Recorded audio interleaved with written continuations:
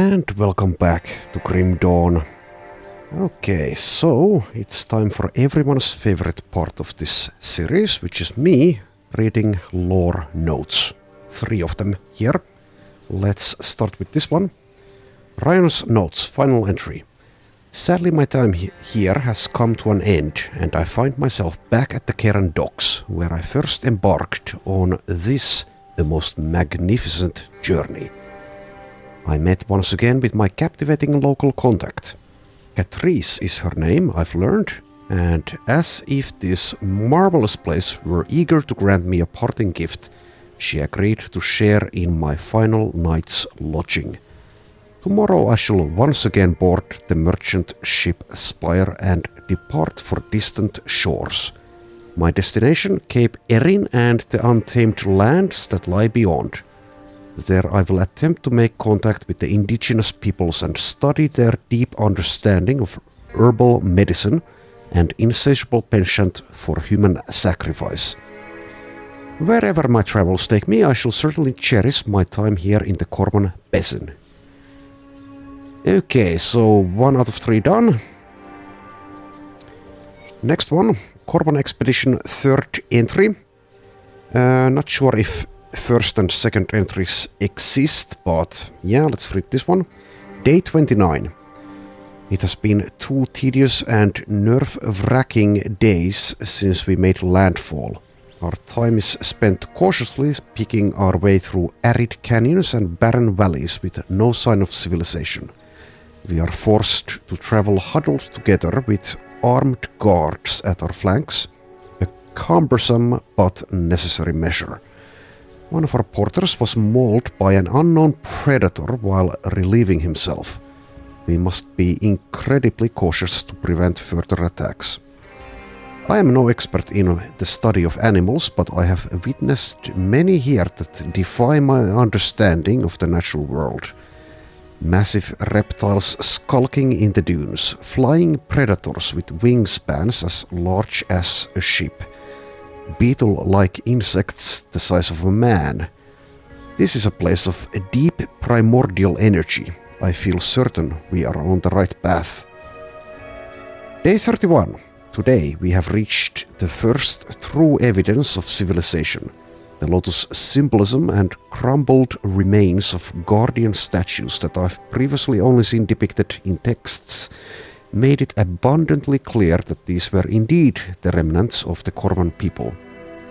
Around midday we walked clear of the insipid and deathly dry desert, and there laid out before us were the sprawling ruins of a once glorious city. Beyond the sand-covered husks of buildings I could make out the remnants of a massive port and the bones of ancient ships now resting on the dry salt bed. There was no doubt about it. These were the Cairn docks, the port that connected Corman City to the luxurious trade routes that brought power and riches untold to these shores. Beyond it, the now barren bay that served as its connection to the outside world. Our efforts are paying off. We are now on the path once trod by the eldritch sun himself. Day 32. We've uncovered an ancient bathhouse and temple complex at the center of the port city. Our accompaniment insisted on exploring the ruins and carefully cataloging every grain of sand that appeared unique to them. I tried to impress upon them that this was not the intended destination of our expedition, and it was not the time for delays, not when we were so near, not after so many years of preparation. I will not allow their petty attempts to recover meaningless artifacts to stall our progress. Perhaps the time for more drastic action has come. I will speak with Roderick in private, beyond prying eyes. We will reach an agreement as to the appropriate next steps. Okay, so that's 2 out of 3 done. I will read the 3rd one after a little bit of actual gameplay. So there is a beetle hive here. Let's take care of the ones outside first. And by take care, I of course mean exterminate. Come on, minions, you can do it. There we are. Beetle nest. Now, surely if I were living in the Grim Dawn world, I would want to dive into a beetle nest. That makes perfect sense. Here's a Dorg, or Durg, the Stormborn. Predictably deals lightning damage. Lightning resistance is capped, so should be fine. The minions are dying though. Well, so is Durg. And off it went. Okay. That is mildly amusing. I do like the physics of this game. Alright, so yeah, that wasn't very extensive. Which I guess is pretty nice actually. And apparently some enemies were spawning there, but I had already exited. Alright, let's keep on killing. Also make sure that I'm running with the maximum amount of skeletons available. Alright, so let's explore for a little bit before I read that final lore note. Then again, I am going to find more of them.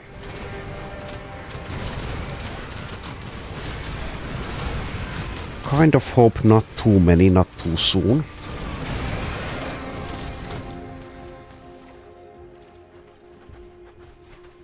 Yeah, I will head back north in a moment. Maybe I should already, because I want to make sure I'm not missing something. Yeah, let's go back.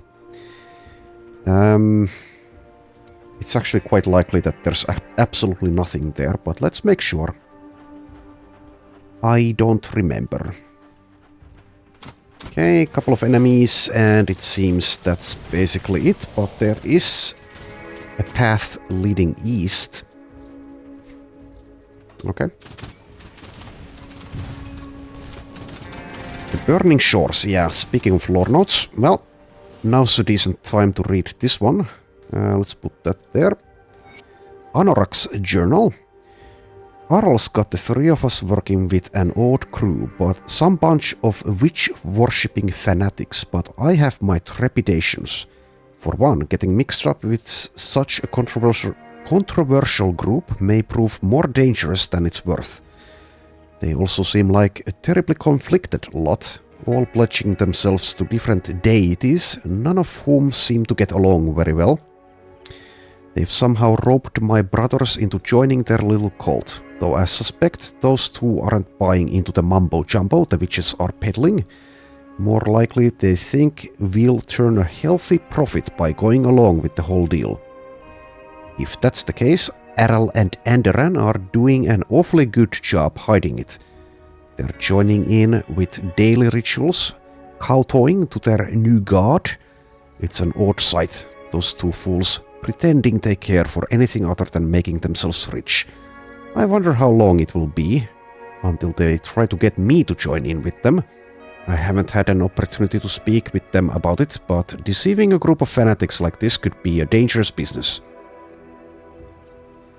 For the time being, the witches have kept us well supplied, and there seems to be no shortage of grave robbing they want us to do.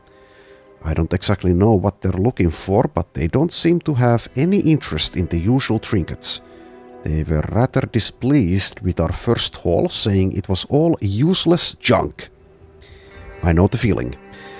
We just grabbed what usually sells well, jewelry and anything that looks expensive, but they said to focus our efforts on items that seem to have a greater importance.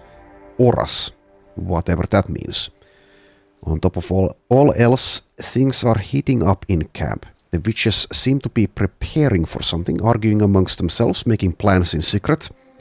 There's a lot of strange people coming and going, and some rather concerning rumors about goings-on to the north in the ruins of Corban City. We don't have any plans to head out there, though. At least I hope not.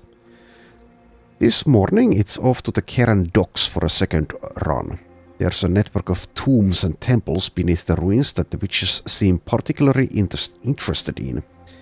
We've been down there before, and most of those places seemed like they were picked over years ago. But maybe the stuff with auras is still down there. In any case, I'll have my hands full keeping Argyle and Enderan out of trouble, as usual. Okay, and now let's kill some more before I read that lore note that we just found. Give my voice a little bit of time to recuperate, as well as my listeners.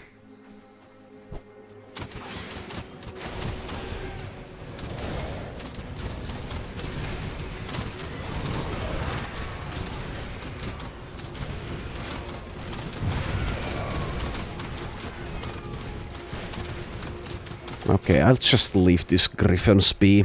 Can't be arsed to kill every single one of them. Seems there's at least one champion there though. Court of Deception. Okay, so like an Inquisitor belt.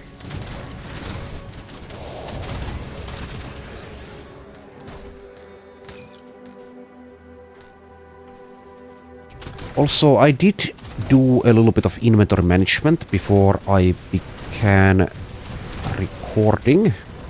Also blew up some blue items.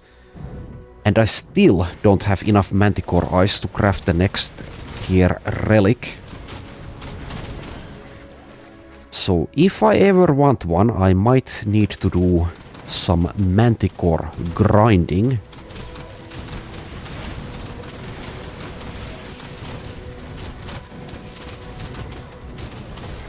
But it seems that even on ultimate difficulty, the story is easy enough to complete with subpar equipment.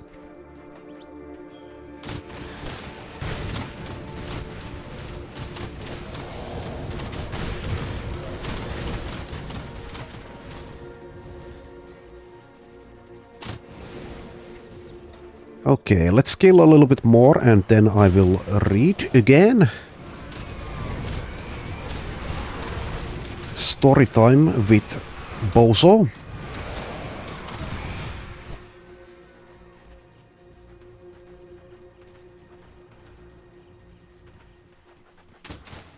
There is an entrance to, apparently, Sanctuary of Horan.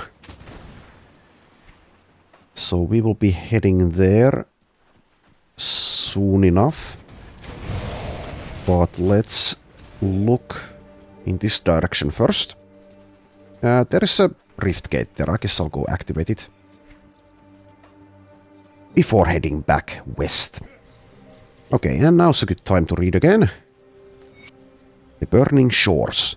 I cannot fathom what fate has befallen us. The water in the bay burns as if it were liquid flame. The countless ships docked along the piers, consumed in an instant like twigs in a blacksmith's furnace. The hellish flames reach beyond the bay and threaten our city, our homes. I still hear the screams of sailors as they burned alive and the chaos in the streets as the flames spread. My body is numb with fear, but my mind is racing. I cannot comprehend the sights I bore witness to in the dawn's light, or what would bring such unimaginable tragedy upon us. The base flames linger in my mind like an unending nightmare. Were it not for Yahran's calm mind and quick action, I may have perished in the initial frenzy that ensued. While others panicked and fled, trampling each other in the process, Yahran gathered us up and placed us in his wagon with a small satchel of supplies. Without delay or thought for himself, he sent the horse into a gallop towards the exit gates. He refused to come, saying that he had to stay and try to help others. As refugees continue to gather at the temple of Osur, I've seen no sign of my dear husband. I do not know what has become of him, but I fear our future may be just as bleak. The skies to the north are burning. Red-hot pillars of flame leap towards a dark ashen cloud that hangs over Corban City. Whatever curse had stricken the Karen docks appears to continue there as well. I pray that we will find safety in the south. Okay, so yeah, backstory for the Karen docks is given in these lore notes. So if you don't care, you can just kill things and gather loot, as you do in ARPGs, but if you do care, then that's how you find out. Anyway, let's head on in this direction. And if I remember correctly, we were searching for an apprentice, or, well, to be precise, a tome or something, some such nonsense. And I think this is going to be it. Canaan's corpse. Well, okay, spoilers. But yeah, there we go. Do I head in here first, though? Well, I guess I will. Sure. Whatever.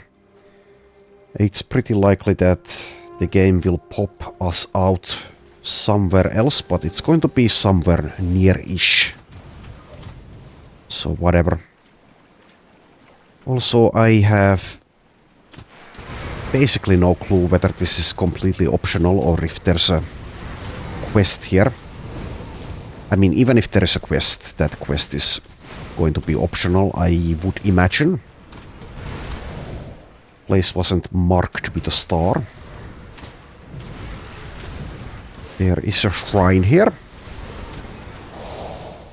Not that I really care about them anymore, but okay. Let's go here first.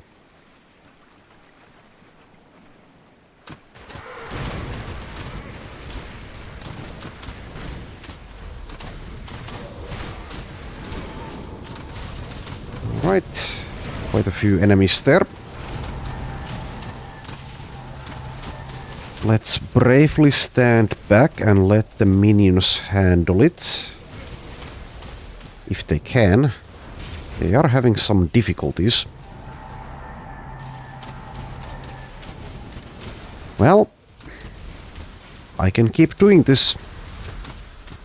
That's the benefit of playing a cowardly build like this. Might take a while to accomplish things, but eventually they will be done.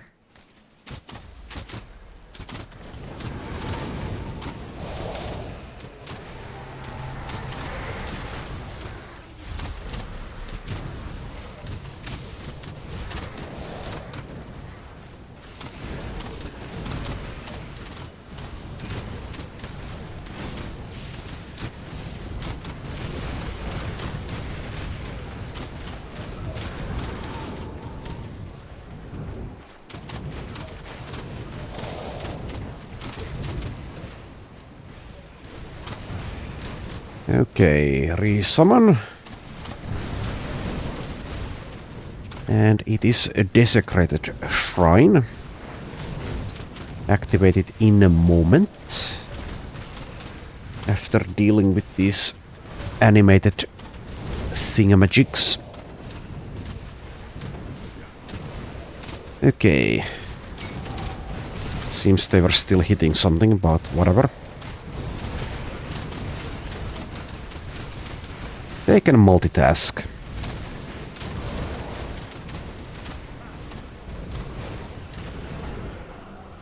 There we are. Pick up all of the junk. Because the junk is valuable. One thing I've learned from billionaires is that you can never have enough money. That is my philosophy in Grim Dawn. That is why I pick up all the junk and sell it.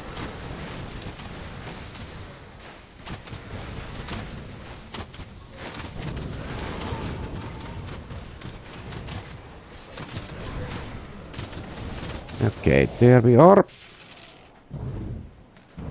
If I can actually click on these things. Alright, explore here.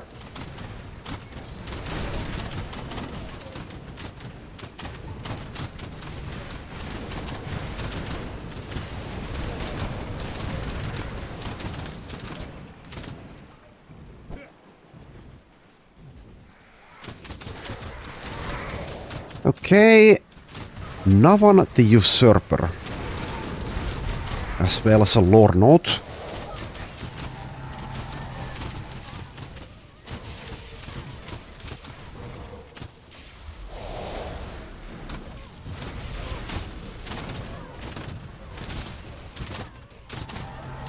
Okay, Navan, it is time to die.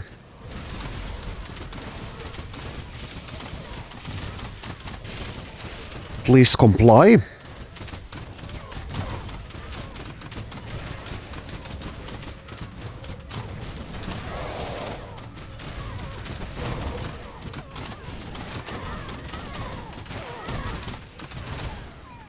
There we are.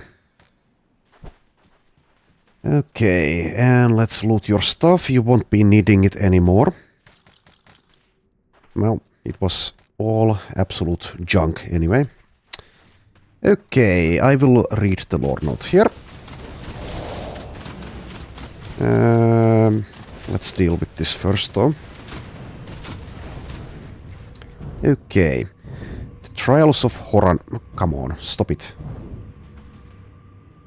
All who drink of the waters and bathe in their cleansing currents shall give thanks to Horan and be indebted, for it is the blood of his love that gives liquid life to the valley of the eldritch sun. Before the walls of the temple gleamed in the light of Rahan, before the first of the Korvan people arrived to build the foundations of their faith, there was only Horan. Scorned and persecuted by his people for the death of his faith in the God of gods, Horan fled to the burning desert to seek a life of devotion in solitude. For a time the desert provided for him as it had not provided for any creature before him. There Horan lived happily and spent his waking hours meditating upon his faith. In time, as do all virile creatures, Horan grew lonely. And so he prayed to our eldritch patron, pledging all he possessed for the pleasures of companionship. As the glow of Atep graced the burning sands, he fell ill, and though a cool night drew upon him, the heat of the day still burned in his skin. His god bade him sleep, and as he slept, a feverish vision overtook him. At daybreak, Horan awakened from his dream and set upon his quest. With his sole possession, Aineth, the goat, which had given the best of its years to run thick with milk for him, and whose offspring he had gorged himself upon, he marched deeper into the desert. Why is he wishing for companionship when he has a goat? Well, anyway. The burning light of Ran weighed heavily on him that morning, and for 7 days hence he marched without food or rest. On the 5th day Aineth, like many creatures before it, succumbed to the heat and could go no further. With waning strength, Horan carried the beast and cared for it until his body would serve him no more. Okay, this is a long one. There, at the end of his journey, Horan collapsed and prayed to the eldritch sun for mercy. His god commanded he lay dead Aineth to slit the beast's neck and drain its blood upon the sands, and Horan did as his master asked. As the crimson waters of Aineth's life ran out upon the sand, it hissed and burned in the midday sun. From the pool of burning life there arose a woman. Eana she was called, and she poured upon Horan the love for which he had so yearned. Together Eana and Horan knew only ecstasy, and for a time they were happy, but their love bore no fruit, and so they once again prayed to their god to sate their desires. Thusly Yalia was born, a child of such immense beauty that Ran and Atep both became jealous of how the light of the sun and the moon danced and sparkled in her eyes. Eana and Horan were happy once more. But there was a gift that was given and a price that was yet to be paid, and so the desert turned against them. Struggle and strife beset Eana and Horan. Food aged and rotted at their touch. Water turned to sand as they drank, and young Yalia fell ill of hunger. With nowhere to turn, Horan begged his god for mercy, and the eldritch son answered. But to save the life of Yalia, there was a price that needed to be paid. Horan once again did as his master bade him and gathered up the blade which had slain Eneth. Then, as he stood there hovering over the bed of Eana, the jagged and terrible blade raised high above him, Horan's faith faltered. He could not take the life of his love, not even to save Yalia. Horan turned the blade upon himself and drew its claw-like edge across his throat, but it made no mark. Then Eana called out and clutched desperately at her neck, the red life seeping out between her fingers. Horan ran to her side, but it was too late. The warm blood flowed from her body and pooled in the sand beneath his feet. From the pool of Eana's life there burst a ceaseless spring of cleansing water. The eldritch son had once again answered his prayers, but Horan's life was not his own to take. Horan bathed Yalia in the water of the spring and she was healed. But the lovely child would never forgive him for the death of her mother. As the cost for his greed, Horan was cursed with ceaseless life, such that he might remember the death of his beloved Eana for all eternity, and so that one day he might hold Yalia in his arms as she too drew her final breath. Such is the price of godhood. Okay, well, that was very pleasant. Much like reading the Bible.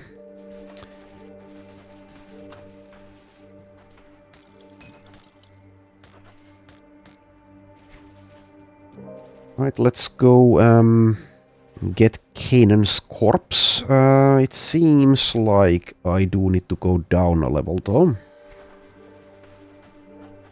Maybe not. Can I get there from here? Maybe. Let's go see. So go south and then go east. Alright, there is a path down there. Okay. And here's a tome of Ianatum. This ancient tome seems to describe methods for the study of arcane relics and armor. It will require a well-trained eye to fully decipher its texts. Okay, sure.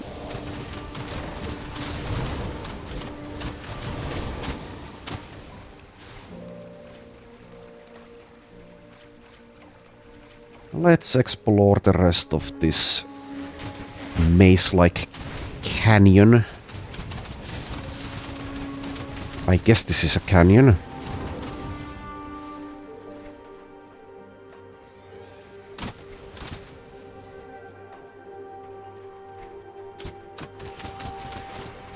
Do we have anything over here, perhaps? And by anything I mean something other than trash mobs. Let's go take a look. Also, is this a secret? No. Doesn't look like it. Yeah, can't get there. It seems. And if I don't succeed in 5 seconds, I will give up.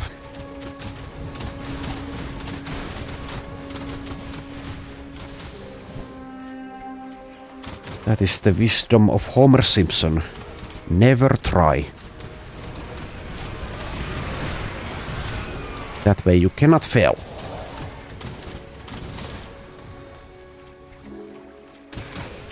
Let's go take a look if this perhaps will... No, okay. But there very likely is like a secret around here, or even multiple. But usually the secrets aren't all that important anyway. They only have like a chest or two. And living creatures in Grim Dawn are basically chests anyway.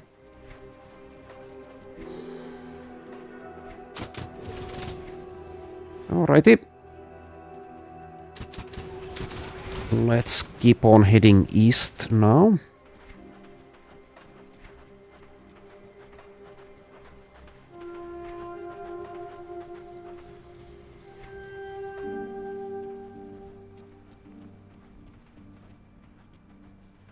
Cult of Bismiel.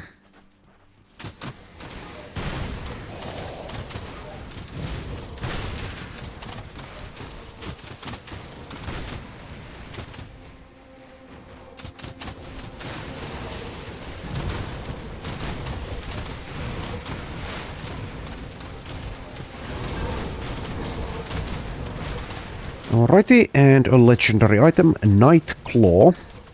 Let's take a look in a moment, though it's definitely not going to be something for Argyle. Piercing axe. Okay.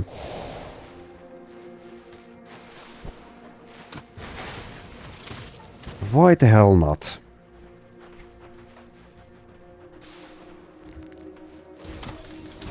Not sure why I was fixated on looking under that stone.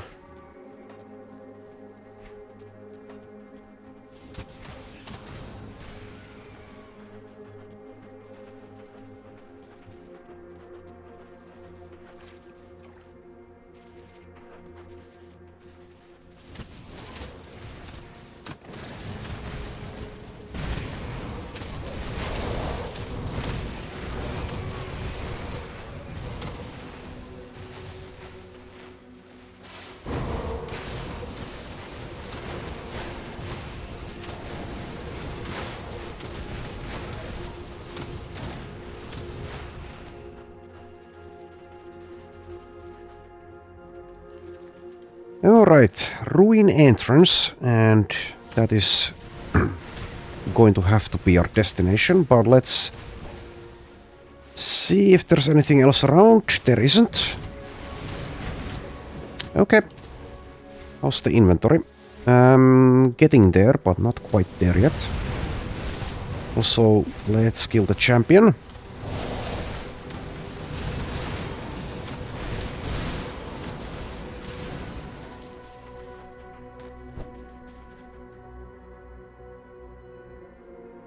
Saved like 0.01 seconds there by dashing. So it was worth it. Alright, so if I recall correctly, there's basically nothing in these tunnels.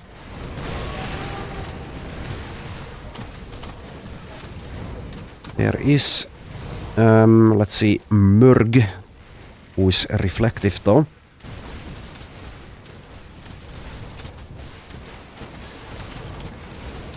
No longer the case.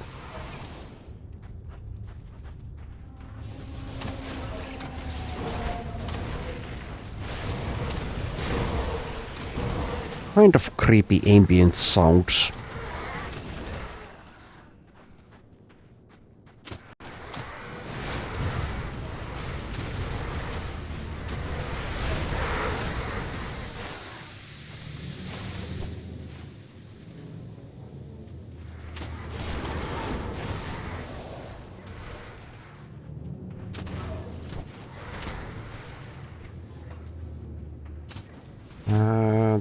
The game claims there's a path up here, but is there? Am I just oh, it's on the upper level. Okay. Okay.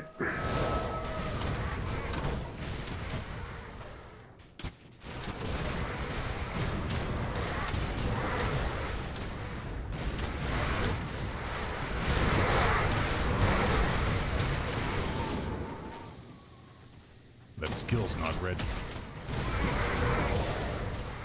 Alrighty, and yes, I did remember correctly.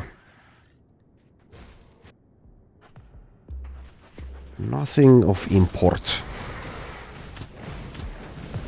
Now we are in the basalt crags. And I see a totem.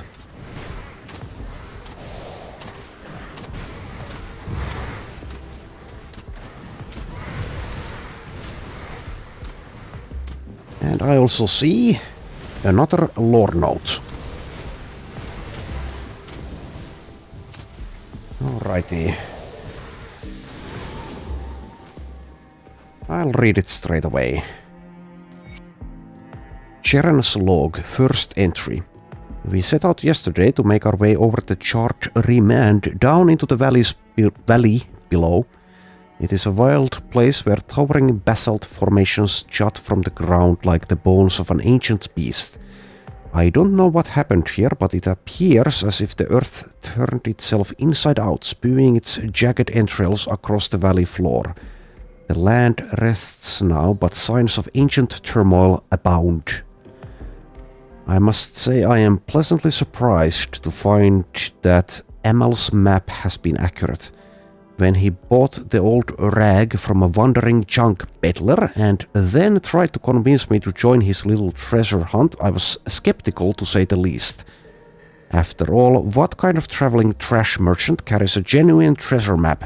For a few measly iron bits, no less. Even if the map was real, I thought, what business do Amal and I have trekking through a burning desert to raid some poor soul's long-forgotten grave? But he's really come through this time. The map is in fact real, and remarkably, Amal has led us this far without incident. According to the map, it won't be more than a half-day's journey to the place they once called the Valley of the Chosen. Or so Amal says. I'm relying entirely on him, as I cannot read the supposed ancient language the map is written in. Well, how the hell are you so sure about it being real then? How he can is beyond me. Okay, it seems this guy is pretty gullible. There are signs of a once mighty civilization everywhere. I've seen buildings, statues, tombs and temples. Some stand as if they were erected yesterday, but most have fallen prey to the ravages that tore through this land long ago. If I didn't know better, I'd say the earth itself had reared up to lay waste to the structures built here, intentionally raising some and leaving others untouched. It is an unnerving thought, no doubt. I do not know what happened to this place, or to the people that must have inhabited it, or why no one has returned to reclaim it. Amal tells me stories of cataclysmic events, the roiling hot blood of the earth pouring over the land, unnatural beasts risen to exact the vengeful punishment of a scorned god. I honestly don't know if he's making it up to scare me or if he genuinely believes that's what happened here. In the end, all that matters is that everyone left in a hurry and they left a whole lot of valuables behind. If it is true, and it appears to be, this will be a very profitable journey after all. Well, yeah, I'm sure there was a happy ending to you. In Grim Dawn, that is a given.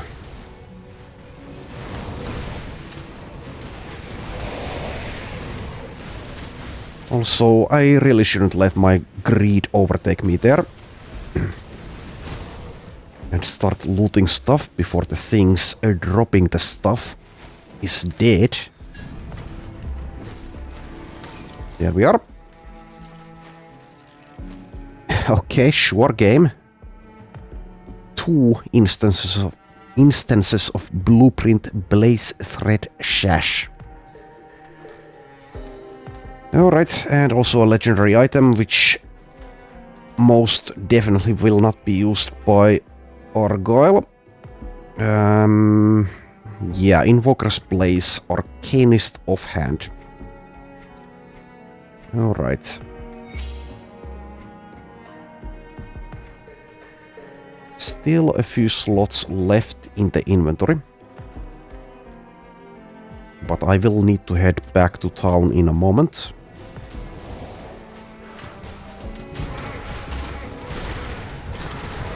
A unique enemy, Grim Maw.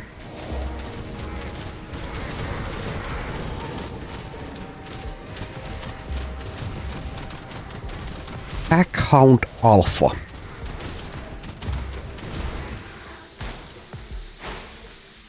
Add a blueprint. There we are.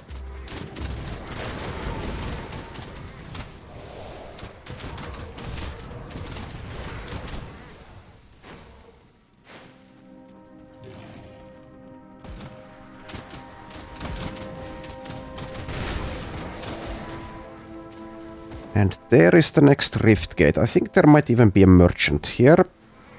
I think this is like a minor settlement. Indeed, it appears to be. Let's scout this way though.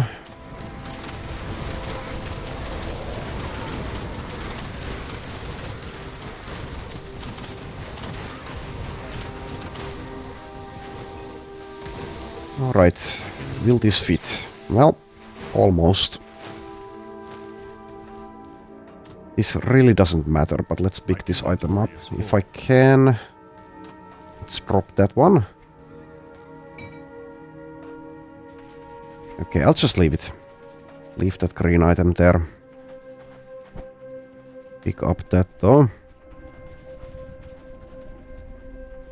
Alright, Vanguard of the 3.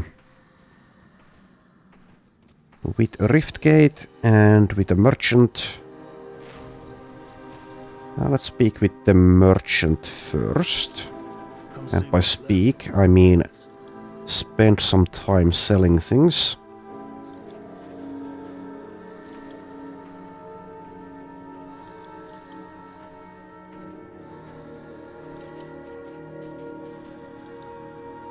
I am also kind of running out of dynamite, so I need to craft some more in order to be able to keep blowing things up.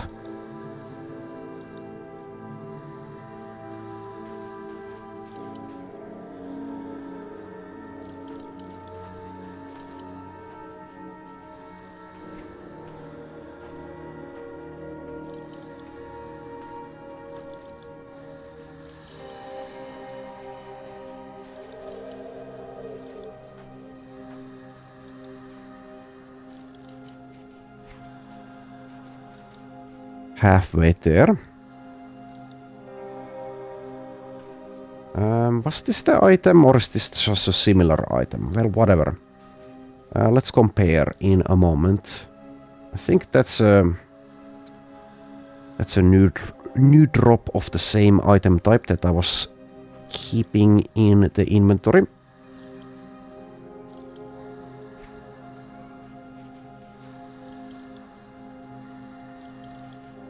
At least if I haven't accidentally sold the earlier one.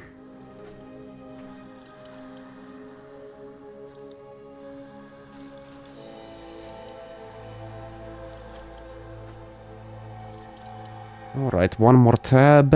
Yeah, there it is. So let's take a look at those in a moment and sell the crappier one.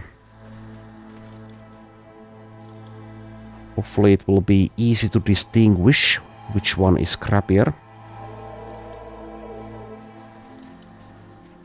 Alright, let's see.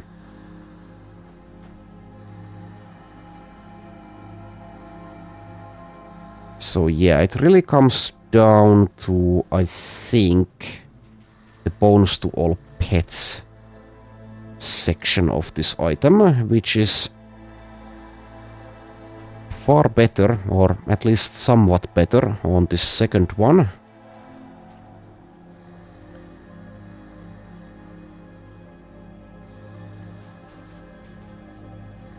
This one has more to summon Blightfiend though. But yeah, I think this one is better, so let's sell that one. Okay. Good talk. Now let's speak with Bysilla, who is the lovely lady from the loading screen. Elaine was quite pleased with your performance. But now it is my turn. You've gathered the materials and the power we need. It is time for my favorite part. Trust me, everyone is pleased with my performance. Every time. Anyway, so now what? With the materials you've brought me, I have conjured what's known as the Gargan Key. It is an arcane device used by the people that lived here long ago. Its purpose? The summoning of eldritch creatures within the Temple of Atep. Travel north, seek out the temple and find the altar within. There, the veil is thin, and your chances of success highest. Let nothing stand in your way. Not the primordial one's brainwashed fools. Not the temple's defenses. Activate the altar, and bind me a worthy minion. Well, since you asked nicely.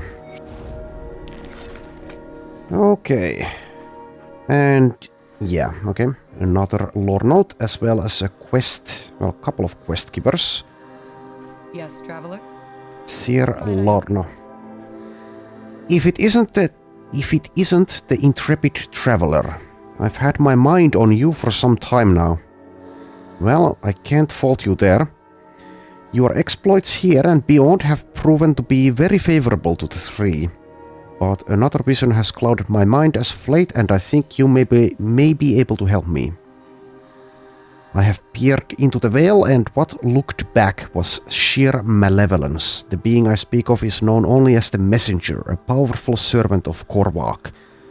Folktales would describe a fiery visage coming to people in their dreams or in times of desperation, offering them salvation and solace from their life's woes. It is this harbinger of Korvac's fiery wrath that bound the foolish Caimans chosen to the Forgotten God's will. Why it has chosen to reveal itself now is unknown to me, but this is an opportunity we cannot pass up. Eliminating the messenger would be a critical blow to Korvac's forces. You must follow my vision to the place of misery known as the Pit of Atonement. It is an active volcano within the ruins of Korvan City to the northwest, beyond the infernal wastes. There the messenger awaits us. Seek it out, destroy it. The weave of fate demands it be so. Yeah, sure, why the hell not? And here's Vorak. I hear you've done some excellent work around here. And once again, voice acting is lacking. Perhaps you can spare a moment to assist in the interests of Bismiel. Sure. The sacred web brings word of a peculiar gathering in the Valley of the Chosen. Korvac's zealots are up to something. There are whispers of an eldritch monstrosity that was once imprisoned within the tomb of Arayath. I have a strong feeling that the fools are trying to release it. Scouts could confirm my concerns, but by then it may be too late. If these fanatics release it, they may even be able to bind it. I propose a different solution. We release it first. Now, hear me out. If this creature truly exists and has in fact been bound within the tomb for centuries, it will be weak when it first awakens. That will be our opportunity to strike and deny our enemy a resource. Within the tomb are 3 conduits said to bind the creature there. If they are broken, the beast will be unleashed. Find the tomb of Arath in the Valley of the Chosen, in the infernal wastes to the northwest. Destroy the conduits, release the beast, and slay it before the enemy has a chance to claim it. Okay, I will do so. And let's also read the lore note. I'm sure you were all hoping I would do that right about now. Vanguard must hold. Our efforts to the north have been met with increasing resistance. The fanatics have become aware of our activities and are attempting to push us back. At first they merely tested our defenses. Watching them pass through our defensive wards was a pleasing sight, and the stench of burning flesh filled the air. Unfortunately, they were more prepared during later incursions, and I regret to say that our wards are no longer holding them back. The sentinels have suffered some injuries during these initial exchanges, but no casualties. The followers of Caiman have greater numbers than we suspected, and the powers they are harnessing are unlike any we've dealt with before, and more gruesome. In the most recent strike, a bare-chested behemoth of a man with his face flayed off charged the Vanguard in a whirlwind of blades. His gut was exposed to reveal a churning furnace of molten flames that he unleashed upon our forces. Within moments he had taken out 4 of our sentinels without pause. Only when we had finally brought him down by removing his head did we realize that his arms had been removed at the elbows and fused with burning hot blades. To our relief, when he fell, the other fanatics retreated.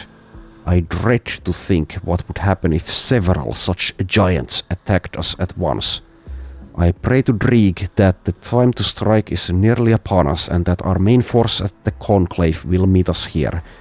As without reinforcements, the Vanguard will not hold out much longer. But do not interpret this as hesitation.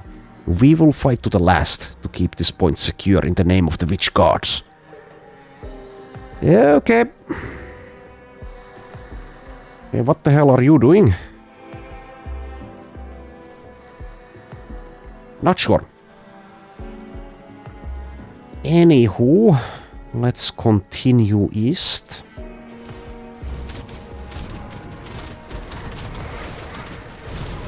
Korvak's Rage Flame.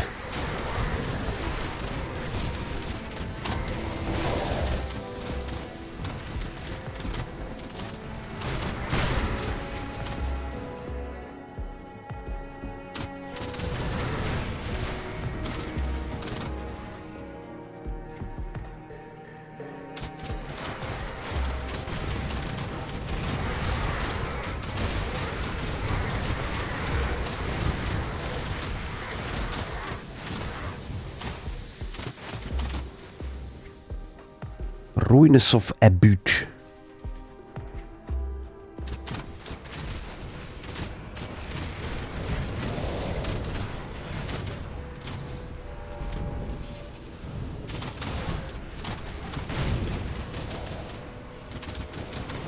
Right, let's explore in this direction.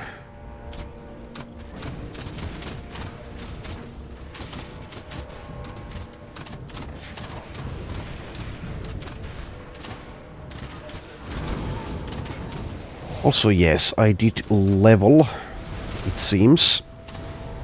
That skill's not ready. Let's do that in a moment. Okay, more physique, and let's see.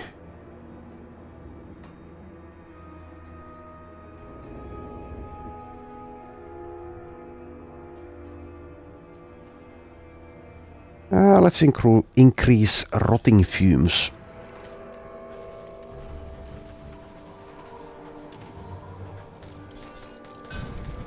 Mythical Nightshade's Reach.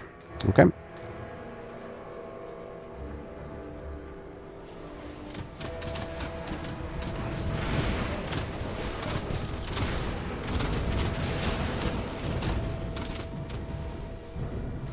And also a shrine.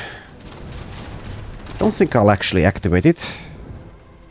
Don't get much from it, just some loot.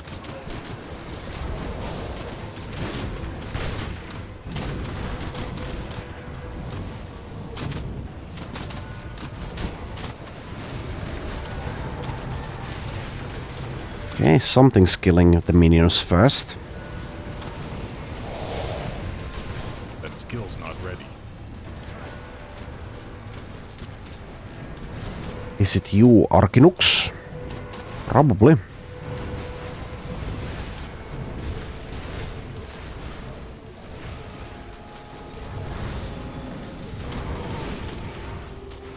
That skill's not ready.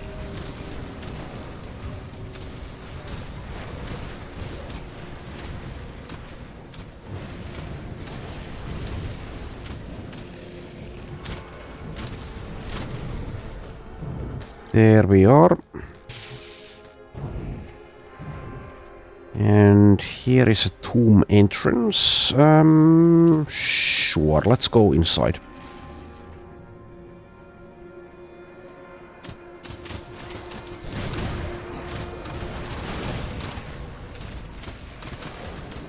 Now I have a faint recollection that there is a secret around here. And indeed there is a chest over there.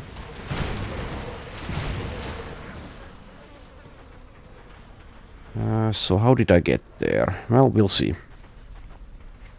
Not that it even matters, but... Sure, let's get it.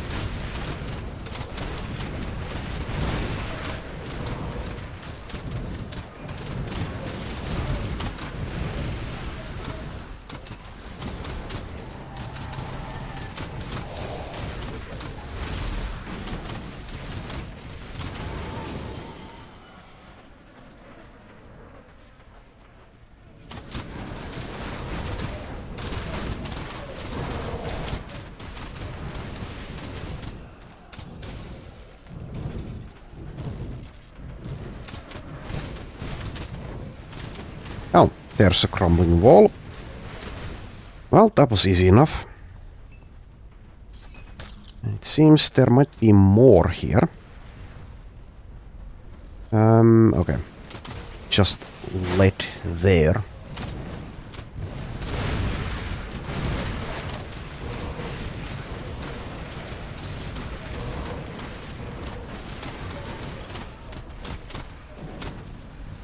Oh.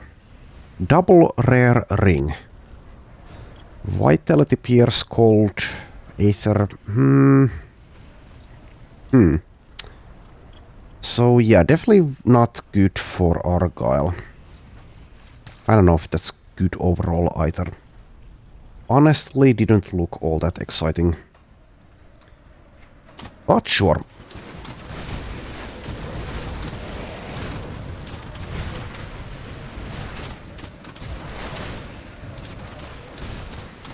Okay, activate the totem in a moment. Deal with these scrubs first.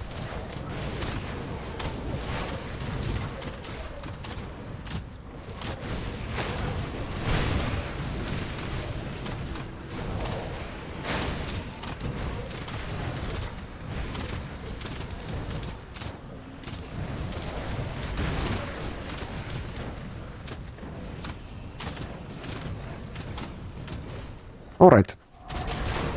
Let's do it.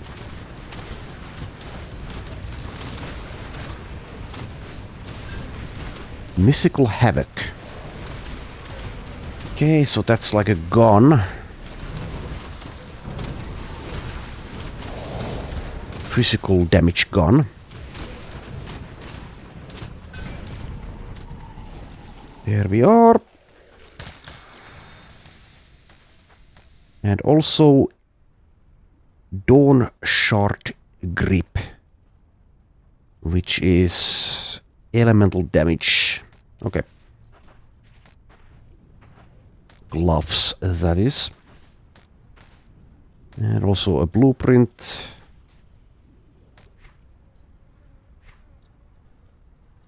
Which went there. Okay.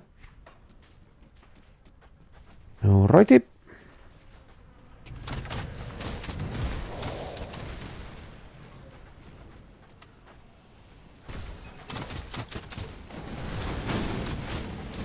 See if there's anything here. Doesn't look like it. Okay.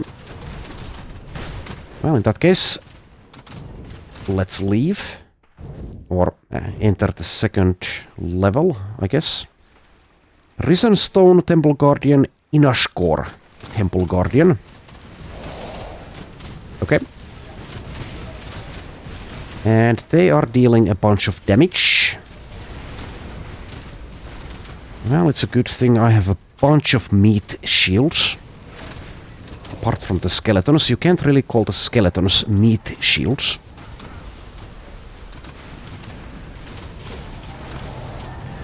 I can't do that yet. Okay, let's back off.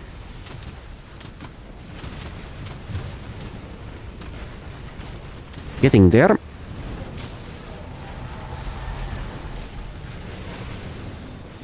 Alrighty, that's all the minions dead. Let's resummon. That skill's not ready. Bravely run away. Bravely run back and forth. There we are. Harbinger's Grasp. Chaos Damage Gloves. Alright. And here is the Altar of Atep.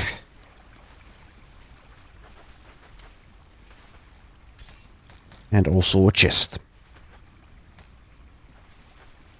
The altar's guardians are dead. It is primed for a ritual, but requires a key. Okay, there we go. And here is a spawn of Atep.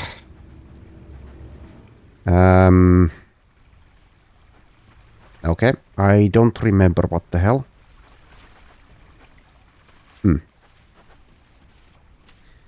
Okay, well, I guess that's meant to happen. Let's keep going.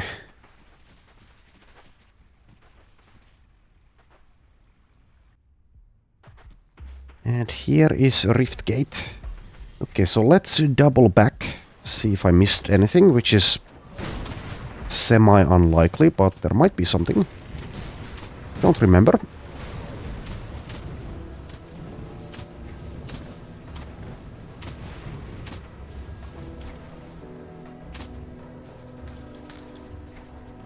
Anything over here, perhaps? No. Unless you can get there somehow, which it seems like you can, actually. Need to get up a level. Okay, well, bear with me.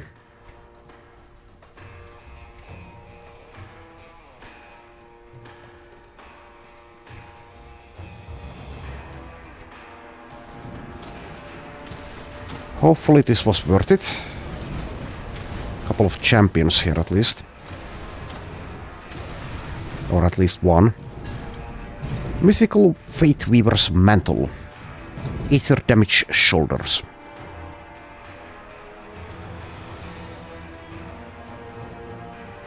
Is there anything here?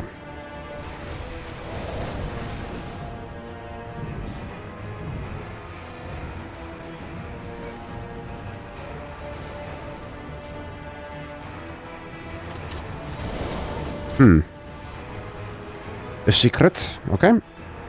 So, a couple of chests. Which is only mildly exciting. Okay.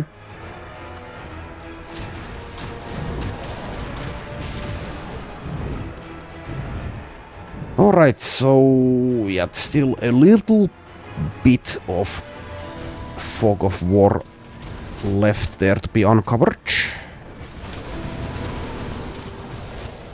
Oh, okay.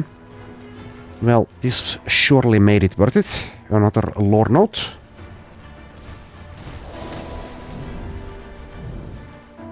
Okay, so let's read that one as well. Ulzuin's Temple Missive. Esteemed elders, I wish to express my deepest concerns in regards to the recent actions of our patron and guardian, the divine Ulzuin. I realize that it is not our place as mortals to judge the behavior of the gods, for their whims are beyond our limitations to understand, but this course of events warrants apprehension. Since his return, the divine has not been himself. He has ever been on the bottle that our temple's stock cannot replenish quickly enough. I've been forced to instruct our aspirants to seize incoming shipments of wine before they can be claimed by local merchants. But even that is not enough to sate his bloated appetite. A caravan was rerouted to the temple on a daily basis, bringing in fresh courtesans for the pleasures of our patron. I've received numerous complaints from the merchant guild regarding the seizure of shipments and their caravan, but these voices were quickly silenced when I invoked Ulzuin's name in their presence. I imagine none of this sounds alarming on its own. However, more recently the divine has taken an unusual interest in a particular maiden of the temple. She is a young and ambitious priestess, and I admit the mighty Ulzuin has good taste. Her brilliant emerald eyes shine underneath that raven-black hair, and her face glows with lustful desire. At first I wrote it off as another of the divine's conquests, but he has begun to shun others in her favor. At times our own attendants are denied access to Ulzuin's chambers so that she may tend to his wounds and wishes personally. I braved the Celestial's wrath and suggested that it may be dangerous for a god to allow a single mortal to grow so close to him when so many are in need of his guidance and protection. Even in his weakened state, Ulzuin hurled a stone brazier in my direction with ease, damaging the mosaic upon the wall and turning the brazier into mere rubble. I dare not show my face to him again until his anger has subsided. It is clear to me now that this young priestess has consumed the divine's attention, like a spider ensnaring a victim in its web. If we cannot speak sense to Ulzuin, then we must keep our eye upon her, learn of her methods and motives. It is possible that she merely desires to taste the pleasures of divine flesh, but I've never seen our mighty lord so enthralled by a mortal. I call upon all my brethren to take heed of this warning and join me in my endeavor without drawing the ire of our patron. But if Ulzuin cannot protect himself from these mortal pursuits, then we will need to take the necessary measures for the good of the Corban people, of course. Well, of course. Alrighty.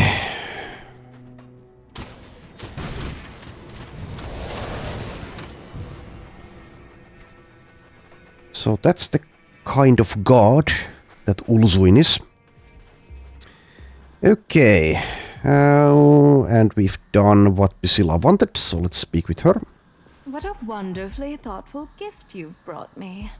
Just what I've been asking for. Are you satisfied, then? Yes. But don't think of it as some selfish endeavor. This delightful creature will join you on the front lines. Its claws will rip into the throats of the Forgotten One's servants and spill their lifeblood in Bismiel's name. Priscilla closes her eyes and smiles. So, do we have a plan? The witch gods are united in this endeavor. All of our forces stand at the ready to assault the tomb of the Eldritch Sun and breach its gates. Join them on the battlefield. Decimate any that would stand in our way. Travel north, beyond the infernal wastes and into the remains of Corvin City. Ascend the steps to the tomb and make your way inside. Within lies a secret chamber with the power to breach the veil itself. Take this sigil. It will open the way to the Primordial One's hiding place. Enter the rift and bring an end to this grave threat. Okay, but what about you? The schemer's web demands my utmost attention.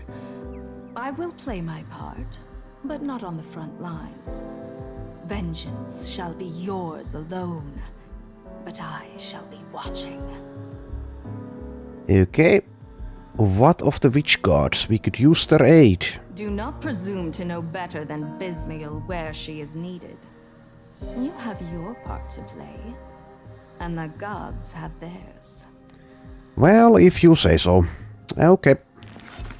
I'm ready to lead the assault. But not today, as it has been long enough. Okay, so once again I will do the inventory management on my own time.